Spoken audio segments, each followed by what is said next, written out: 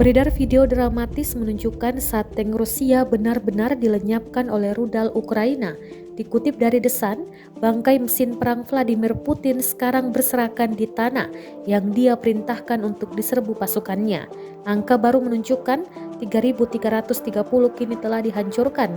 Selain biaya material dari invasi yang goyah, dikabarkan hingga 40.000 tentaranya tewas, ditangkap, terluka atau hilang, kata NATO.